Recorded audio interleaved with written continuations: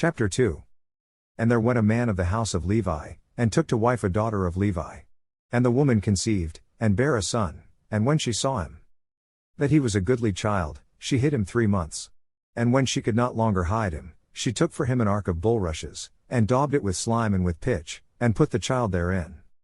And she laid it in the flags by the river's brink.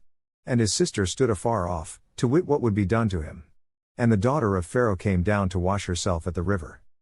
And her maidens walked along by the river's side, and when she saw the ark among the flags, she sent her maid to fetch it. And when she had opened it, she saw the child, and, behold, the babe wept. And she had compassion on him, and said, This is one of the Hebrews' children.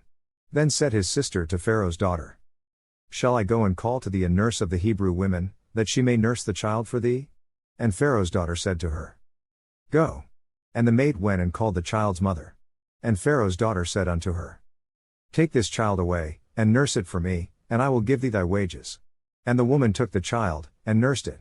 And the child grew, and she brought him unto Pharaoh's daughter, and he became her son. And she called his name Moses, and she said, Because I drew him out of the water. And it came to pass in those days, when Moses was grown, that he went out unto his brethren, and looked on their burdens, and he spied an Egyptian smiting an Hebrew, one of his brethren. And he looked this way and that way, and when he saw that there was no man, he slew the Egyptian, and hid him in the sand. And when he went out the second day, behold, 2 men of the Hebrews strove together, and he said to him that did the wrong, Wherefore smitest thou thy fellow? And he said, Who made thee a prince and a judge over us? Intendest thou to kill me, as thou killedst the Egyptian? And Moses feared, and said, Surely this thing is known. Now when Pharaoh heard this thing, he sought to slay Moses. But Moses fled from the face of Pharaoh, and dwelt in the land of Midian, and he sat down by a well. Now the priest of Midian had 7 daughters, and they came and drew water, and filled the troughs to water their father's flock. And the shepherds came and drove them away, but Moses stood up and helped them, and watered their flock. And when they came to Reuel their father, he said, How is it that ye are come so soon today?